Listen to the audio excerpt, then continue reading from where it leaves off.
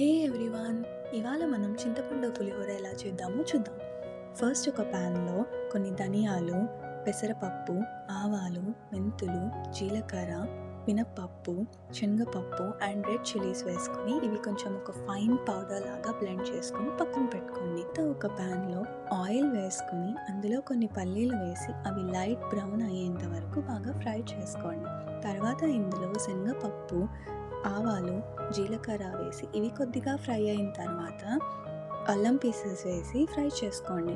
తర్వాత ఇందులోకి పచ్చిమిర్చి అండ్ కరివేపాకు వేసి ఇవి వేగిన తర్వాత ఎండుమిర్చి వేసుకొని బాగా ఫ్రై చేయండి.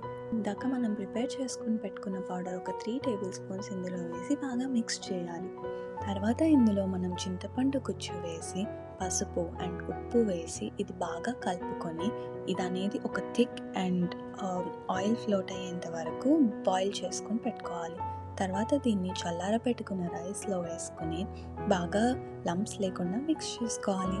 అంతే, చింతపండు పులిహోర రెడీ అయిపోతుంది. ఈ డీటెయిల్ రెసిపీ కోసం డిస్క్రిప్షన్లో చూడండి. అలాగే మీకు ఎలా వచ్చిందో కామెంట్ చేసి చెప్పండి.